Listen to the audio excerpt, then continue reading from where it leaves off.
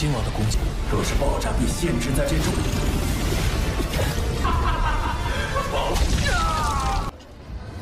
只是为避风头，从祭塔的。你倒有空关心别人。来复，在完成。将时刻废梦者。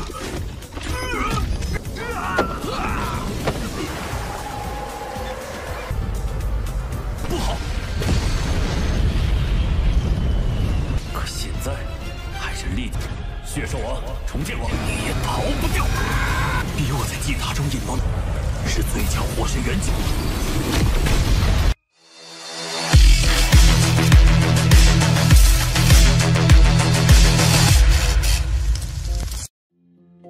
Halo semuanya, selamat datang di Ruang Sinema. Bagaimana kabar kalian semua? Semoga selalu sehat dan baik-baik saja. Sesuai jadwal, jadi pada hari ini kita akan kembali melanjutkan series Donghua Penakluk Bintang episode terbaru, yang mana ini adalah episode yang ke-190. Bagi yang baru bergabung dengan series ini, kita sudah sediakan playlistnya. Jadi kalian bisa dengan mudah mencari di mana episode awal dari series ini. Sebelum kita mulai episode terbarunya, kita akan melihat dulu apa saja yang terjadi pada episode sebelumnya. Kemarin, Hichan memilih untuk meledakkan tubuh abadinya sendiri, supaya Lo Fong bersama dan Xiaohuan tidak dilukai oleh lawan-lawan mereka. Hanya saja serangan barusan cuman menghabisi nyawa dari Cipika saja, sedangkan nyawa Kaisar Chanjin masihlah selamat, begitu pula dengan Blackjack. Mereka segera melakukan pengejaran kepada Lo Fong dan Xiaohuan, sedangkan Shika dan Puya tidak ada niatan untuk membiarkan orang-orang ini pergi dari pagoda. Alhasil, Shika pun mulai menampakkan wujudnya dan memberitahu kalau harta yang sejak tadi mereka perebutkan hanyalah kotak kosong saja. Ini tentu saja mengejutkan semua orang karena apa yang ia katakan benar adanya. Lo Fong bersama yang lainnya pun mengikuti Shika karena dia akan menunjukkan di mana harta itu berada. Pada akhirnya mereka pun masuk ke dalam sebuah ruangan yang terdapat harta yang menarik perhatian. Tapi Shika di sini memiliki niatan lain. Sekarang kita akan melanjutkan episode terbarunya. Chanjin berencana untuk menghabisi Shika. Sebelum dirinya mati, Shika pun memberikan Georgeka untuk pergi ke ruangan warisan. Karena bagaimanapun warisan klan mereka tidak boleh jatuh ke tangan siapapun. Dengan perasaan yang begitu marah, Georgeka pun memutuskan untuk pergi terlebih dahulu, sambil berharap Shika bisa keluar hidup-hidup dari tempat tersebut. Namun sepertinya Shika tidaklah memiliki niatan untuk pergi begitu saja. Terlebih lagi terdapat dendam bangsanya yang harus dia balaskan. Jadi karena itulah Shika memilih untuk meledakkan dirinya sendiri agar bisa membawa orang-orang ini mati bersamanya. Ledakan tersebut tentu membuat mereka semua terkejut. Begitu pula dengan Georgeka, pasalnya Shika memilih untuk meledakkan dirinya sendiri. Sebelum ledakan tersebut terjadi, Shika mulai mengenang semua kenangannya bersama teman-temannya dan juga kekasihnya yang telah lama meninggalkan dirinya. Shika awalnya juga ingin menyusulnya, namun ia sadar dengan tanggung jawab yang dia miliki. Jadi pada hari ini dirinya akan segera menemuinya. Ledakan besar pun tercipta yang membuat Lo Fong bersama yang lainnya harus memperkuat pertahanan. Karena jika tidak, mereka juga akan ikut hancur. Shika telah meninggalkan kata-kata terakhir sebelum mati, yang mana ini merupakan pesan untuk Georgeka. Ini tentu saja mengejutkannya, di mana Shika meminta maaf karena selama miliaran tahun ia hanya didukung oleh keyakinan saja. Selama klan mereka bisa mendapatkan warisan, maka ia sudah sangat puas. Maka karena itulah dia ingin Georgeka mendapatkan harta warisan tersebut. Dan begitulah klan mereka bisa bangkit. Dengan kata lain, masa depan suku mereka sekarang berada di tangannya. Georgeka tidak akan menyanyiakan pengorbanan Shika. Kembali kepada Lo Fong bersama yang lainnya, di mana bagi Kaisar Chanjin kematian Shika hanyalah sia-sia saja. Dalam serangan tadi tidak ada yang terluka. Lo Fong meminta Xiaohuan berhati-hati, pasalnya Chanjin tidaklah terluka. Jadi mereka tidaklah boleh bertindak gegabah. Untuk sekarang mereka harus melihat apa yang akan dilakukan kepada peti harta karun di sana. Chanjin berusaha untuk menghancurkan rantai-rantai yang mengikat harta itu. Namun kekuatan itu seakan-akan tidak berefek apapun kepada rantai tersebut. Padahal Chanjin sudah berjuang cukup keras, namun hasilnya tetap sama saja. Seakan-akan peti itu tidak mampu dihancurkan oleh tingkat undying atau immortal sekalipun. Masih belum menyerah, Chan Jin pun menggunakan senjatanya agar dapat membuka peti tersebut, yang bahkan membuat Lo Feng dan yang lainnya harus membentuk pertahanan supaya tidak terkena serangannya.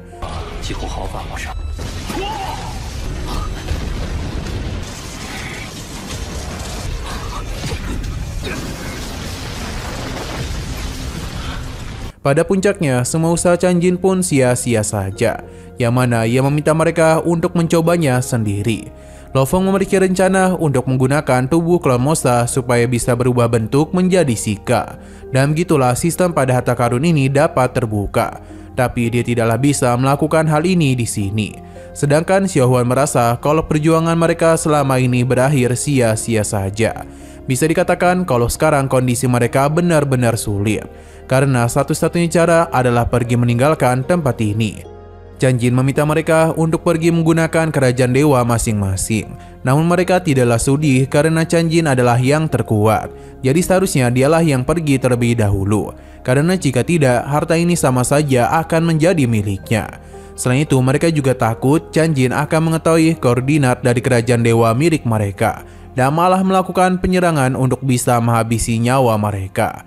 Blackjack pun menyarankan agar Chan Jinlah yang lebih dahulu pergi. Xiao Huan dan Lo Feng setuju, sedangkan Chan Jin tentu tidaklah peduli.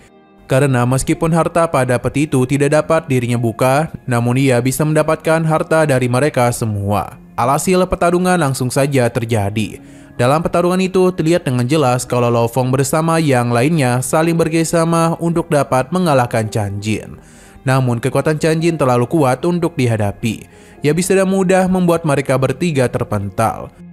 Meskipun gitu, bukan berarti mereka akan menyerah begitu saja, yang mana kerjasama teruslah mereka lakukan agar dapat mengalahkan Chan Jin.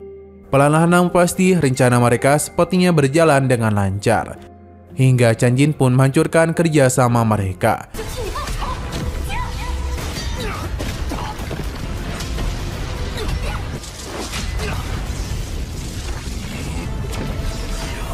Tapi Xiao Huan berhasil memanfaatkan kesempatan untuk membawanya masuk ke dalam teknik miliknya, yang mana berkat semua itu dia pun memiliki kesempatan untuk dapat menyerangnya.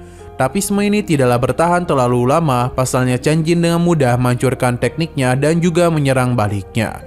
Bahkan serangan balasan mulai dirinya lakukan, yang mana kali ini pergerakan Chan Jin benar-benar sangatlah mengerikan. Ini telah mengakibatkan Xiao Huan mengalami luka yang cukup parah, bahkan ia sudah tidak sanggup lagi bertarung. Lo Feng pun menyimpan Xiao Huan agar ia bisa diselamatkan. Sedangkan di sisi luar, Blackjack mulai melakukan sesuatu, yang mana ini seketika saja membuat Lo Feng dan Chan Jin terkejut. Pasalnya dia telah menggunakan kartu andalannya. Seketika saja Lo Feng dan Chan Jin terkurung dalam teknik jam miliknya.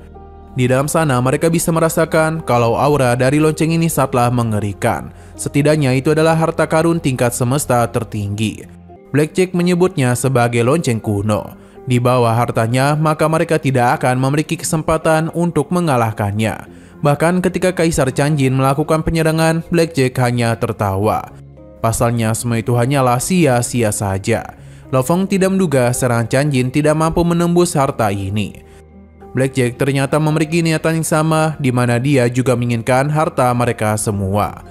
Kristal Dewa Api Yuan A812 telah dia gunakan, di mana ini akan menghabisi sosok di tingkat immortal sekalipun. Selain itu, ledakan ini akan berfokus pada satu tempat saja, yang mana hal tersebut tentu akan jauh lebih mengerikan lagi. Blackjack sangat senang karena sudah membayangkan harta-harta mereka menjadi miliknya. Ledakan besar pun terjadi di mana Chan Jin tidaklah mampu menahan hal tersebut, yang mengakibatkan tubuhnya harus hancur.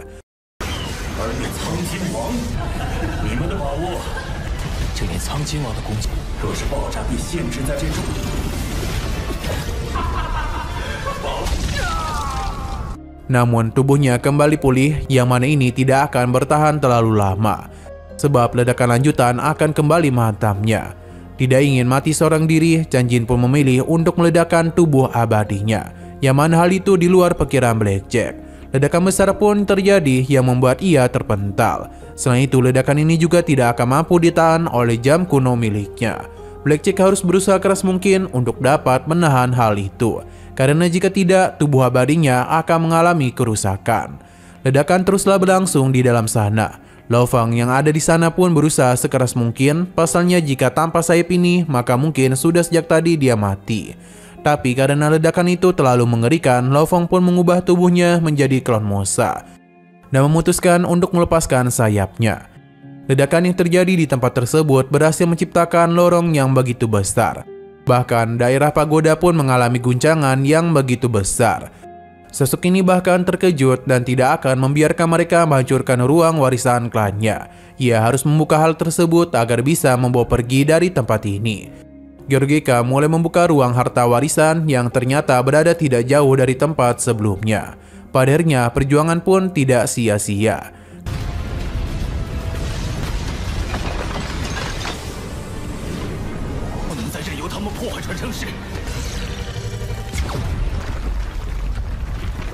Kembali kepada Blackjack, di mana ia yang selamat dari ledakan tersebut harus mengorbankan sebagian tubuh abadinya.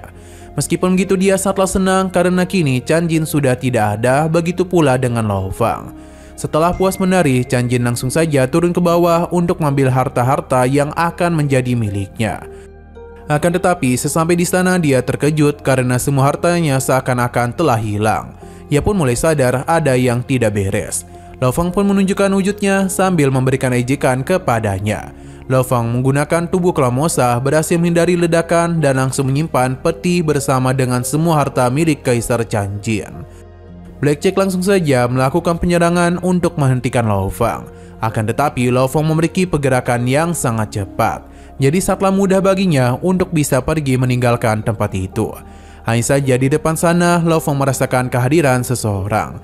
Jadi dia langsung saja mencari tahu siapa itu, yang tentu tidak bukan adalah Georgeka, yang tengah berusaha untuk mengambil harta warisan klannya.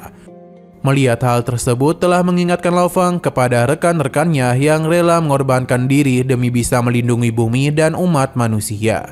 Selain itu, Lo Fang juga mengingat perjuangan keras mereka dalam menghadapi sosok monster tanduk emas, yang mana pada akhirnya Lo Fang memilih untuk berhenti dan memutar ke arah lain, supaya Georgeka tidak diganggu oleh Blackjack. Sedangkan Blackjack sendiri melakukan penyerangan kepada Lo Fang dengan menggunakan jam kunonya. Ia pun percaya sudah berhasil menangkap Lo Fang, tapi lagi dan lagi Lo Fang dapat dan mudah melarikan diri. Kembali kepada Georgeka yang akhirnya telah tiba di tanah suci warisan klannya. Untuk Lo Fang sendiri berhasil membawa Blackjack keluar dari tempat itu, di mana disinilah dirinya bisa menggunakan kekuatan terbaik dari monster tanduk emasnya. Blackjack tiba-tiba saja terkejut pasalnya manusia tadi menghilang dan kini malah muncul sosok monster yang begitu besar. Monster tanduk emas langsung saja melakukan penyerangan kepadanya, yang membuat Blackjack terpental sangat jauh dari tempat tersebut. Dengan kekuatan yang sekarang, berhadapan dengan monster tanduk emas bukanlah pilihan yang tepat. Jadi dia memilih untuk pergi sambil berjanji kalau suatu hari nanti dia akan kembali untuk mengambil harta miliknya.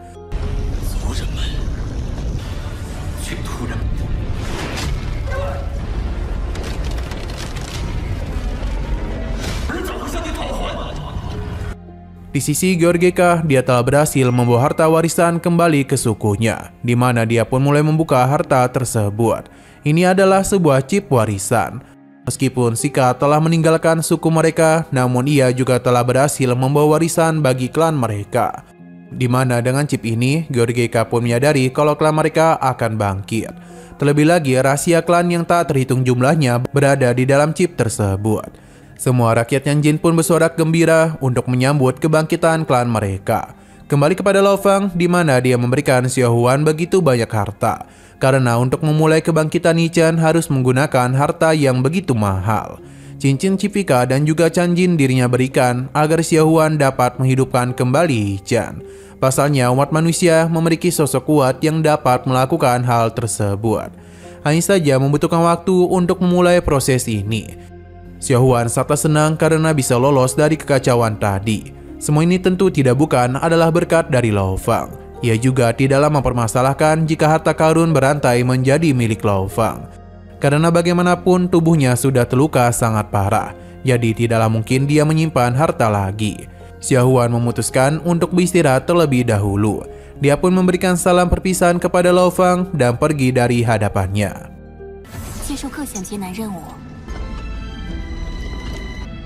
我的身体损伤也在我昏迷期间保护了我。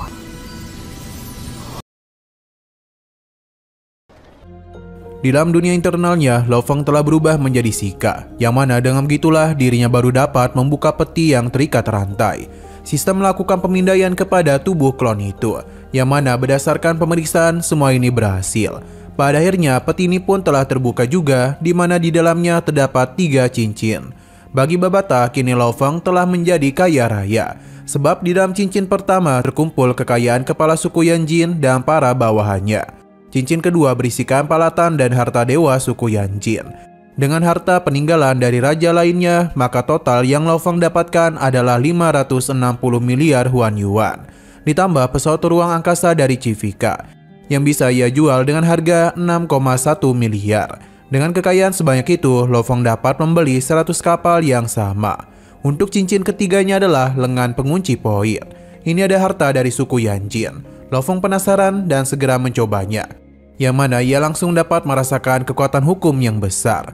Alat ini mampu menjangkau area hingga 1 juta kilometer, yang menyebabkan semua kekuatan fluktuasi sepenuhnya terkunci. Bahkan hukum ruang juga dilarang. Hanya saja untuk menggunakan hal ini setidaknya membutuhkan energi yang besar.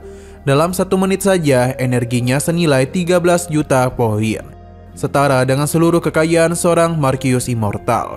Lo Feng hanya dapat menggunakannya di saat kritis saja, karena jika tidak ialah yang akan merugi. Lo Feng telah mendapatkan pesan dari Xiao Huan mengenai sesuatu yang mendesak. Alhasil dia pun segera pergi menemuinya. Sino berpindah ke kota Hongmeng, kini Lo Feng telah menyamar menjadi Yang.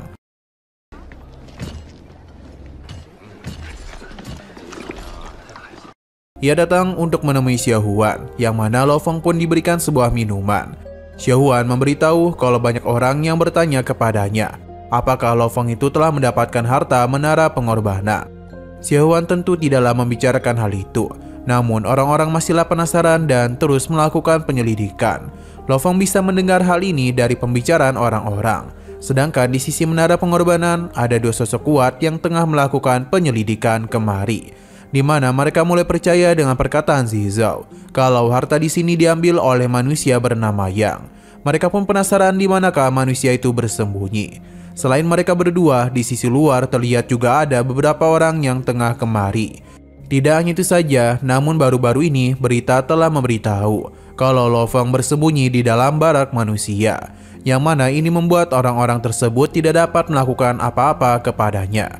Mereka pun menganggap Yang adalah seorang pengecut.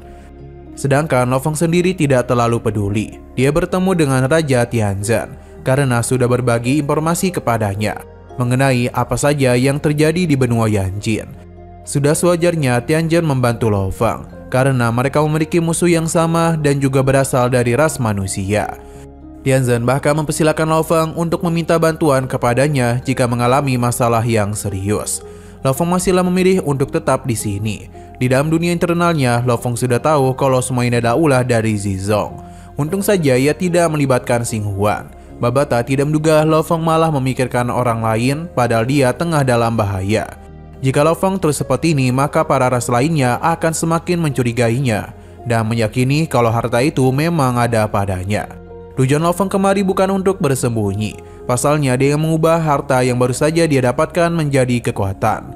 Karena dan begitulah ia baru dapat melindungi kekayaannya. Jadi dia itu akan menghabiskan beberapa uang dulu. Babata tidaklah mempermasalahkan hal itu dan menyerahkan kepada Lo Feng bagaimana cara dia untuk menghabiskannya. Lo Feng ternyata memang berniat seperti itu. Padahal Babata hanya bercanda saja. 你倒有空关心别人。 Sino berpindah ke Gunung Es yang mana Zizong telah bersembunyi di sana, yaitu saatlah kesal dengan trik licik Lo Feng. Ia juga tahu dirinya tengah bersembunyi, namun Lo Feng akan kehabisan waktu. Jika dia keluar, maka Zizong akan mengatasinya, sebab dia itu tidak akan dapat melupakan apa yang telah dia lakukan. Kembali kepada Lo Feng, yang mana dia masihlah tetap berada di camp manusia dan kini pergi ke dalam cincin dunia. Sejumlah sumber daya sudah ia gunakan untuk meningkatkan kekuatan binatang bertanduk emas. Kristal api Dewa Yuan juga dia beli untuk keperluan darurat. Kristal air digunakan untuk memberi daya pada sarung tangan pengunci poin. Dan yang paling mahal adalah racun iblis. Setidaknya 300 miliar yuan untuk sekali teguk saja. Babata pun agak kesal karena Lo Feng menghabiskan begitu banyak harta untuk itu saja. Tapi semua ini dilakukan untuk mempersiapkan diri. Pasalnya racun ini mampu merusak tubuh abadi. Racun itu diciptakan oleh Bowling.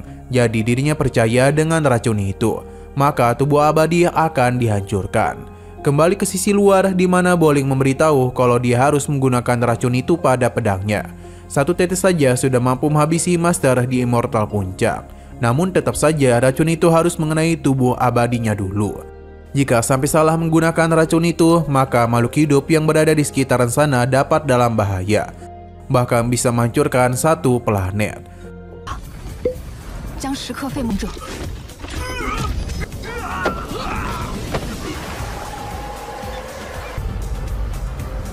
Lo Feng berterima kasih kepadanya. Tapi rekan-rekannya juga sangatlah berterima kasih kepada Lo Feng karena telah memberikan beberapa hadiah kepada mereka.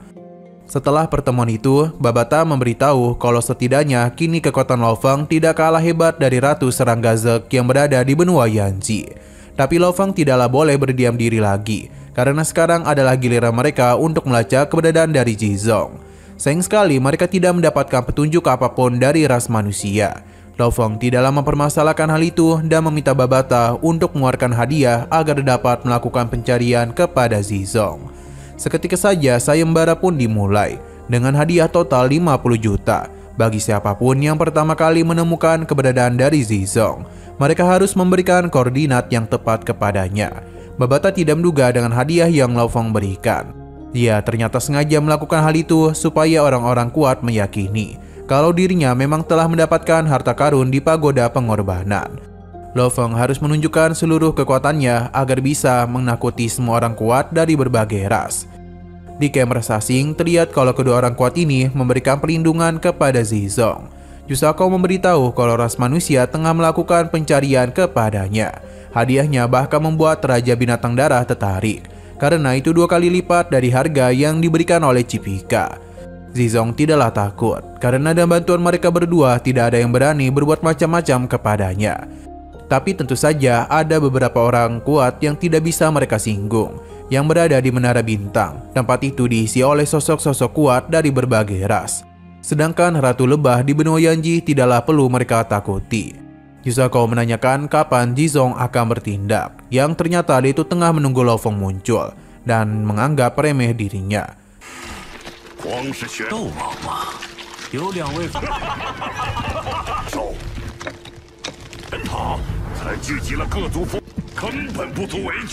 Sino berpindah ke benua es lagi, yang mana disinilah Jizong bersembunyi. Sesaat kemudian Xing Huan datang membawa Lo Feng kemari, yang mana hal itu tentu disadari oleh Jizong.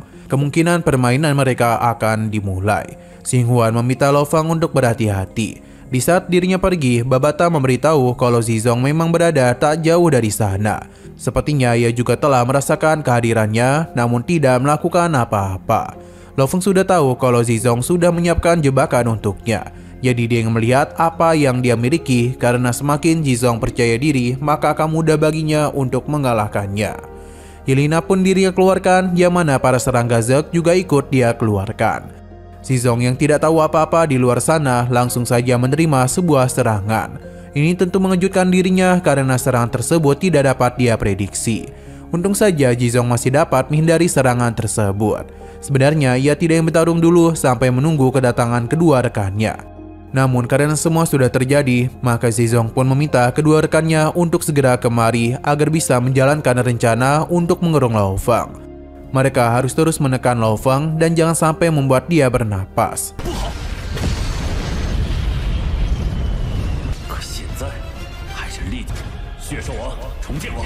Pada akhirnya Lo Feng dan Jizong kembali bertemu setelah saling bersembunyi satu sama lain. Jizong menganggap Lo Feng hanyalah seorang pengecut saja. Jadi pada hari ini dirinya akan membawa Lo Feng kepada kematian. Untuk sementara dia akan mengulur waktu supaya kedua rekannya bisa datang kemari. Dengan kehadiran mereka, maka Lo Feng bisa dihabisi dengan mudah. Jizong pun ingin melihat apa lagi yang bisa Lo Feng lakukan. Sedangkan bagi Lo Feng, apapun yang dia rencanakan, semua itu tidak ada gunanya. Kesal diremehkan saat jugalah pertarungan pun akan terjadi. Namun Lo Feng dikejutkan dengan serangan tiba-tiba dari Ju Shakao dan Raja Binatang Dara. Serangan yang mereka lakukan sempat mengejutkan Lo Feng. Ia bahkan terpental oleh serangan mereka. Dengan begini mereka pun mulai percaya diri bisa menghabisi Lo Feng. Tapi akhirnya Lo Feng pun menggunakan harta barunya yang seketika saja memberikan tekanan yang kuat kepada para immortal ini. Dengan begini seluruh area di sana pun terblokir karena kekuatan hukum mereka tidak akan dapat digunakan. Para kaisar ini kesal karena Jizong mengatakan manusia ini lemah, tapi kini kekuatan teleportasi dan ruang mereka tak dapat digunakan. Jizong mulai sadar kalau Lo Feng telah menggunakan harta rahasia dari menara pengorbanan. Harta itu memiliki harga yang tak ternilai. Jadi karena itulah mereka akan menghabisi Lo Feng supaya bisa mendapatkan semua hartanya. Tapi hal itu tidaklah semudah yang mereka kira. Pasalnya, Lo Feng mengeluarkan kristal Dewa Api yang memiliki daya ledak 10 kali lipat dari penghancuran diri seorang immortal. Jizong pun menjadi sangat panik karena serangan ini jauh lebih mengerikan dari kristal Dewa Api yang dulu dirinya gunakan. Mereka pun berusaha melarikan diri, tapi Lo Feng tidak ada niatan untuk membiarkan hal itu terjadi. Dengan terblokirnya ruang, maka mereka tidak bisa melarikan diri dengan teleportasi. Seketika saja tubuh mereka pun harus hancur akibat ledakan tersebut. Hal ini bahkan terjadi selama beberapa kali.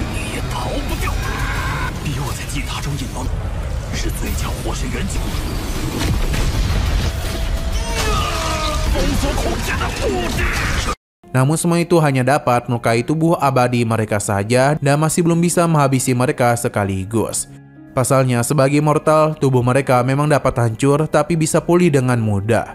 Ledakan tadi tidak main-main, bahkan mampu menciptakan lereng yang besar pada benua Yanji. Tapi Jizong masihlah selamat dan meyakini Lo Feng telah mati akibat ledakan tadi. Sayang sekali dia terlalu percaya diri. Lo Feng langsung saja melakukan penyerangan langsung kepadanya dengan teknik pedang itu. Ini pun telah berhasil melukai tubuh Jizong. Selain itu, ini bukanlah pedang biasa karena telah dirinya oleskan sebuah racun yang dapat menghabisi tubuh immortal dengan mudah. Jizong mencoba untuk memblokir racun itu, hanya saja waktunya tidaklah banyak karena setiap sel yang dirinya miliki sudah menyerap racun tersebut. Dan benar saja, pada akhirnya Jizong pun mati tanpa dapat memberikan perlawanan apapun. Hanya saja sebelum dia meninggal itu, dia telah mengirimkan sesuatu.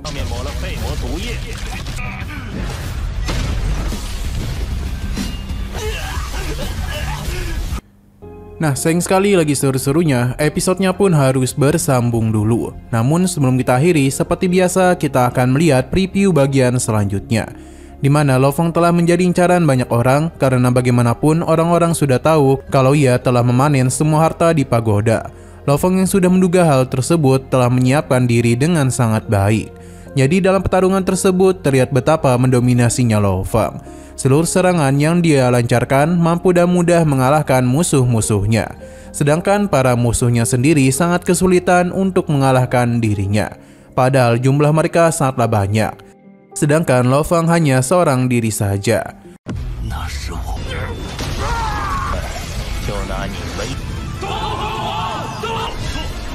Oke, sekian dulu pada video kali ini. Untuk video selanjutnya akan segera hadir. Jadi bagi kalian yang ingin mengikuti series ini, langsung saja klik subscribe dan aktifkan loncengnya. Terima kasih yang sudah menonton video sampai habis. Jika kalian suka pada video ini, klik like dan share ke teman-teman kalian tentang channel ini. Dan ditunggu aja kelanjutannya. Oke, sampai jumpa di video selanjutnya.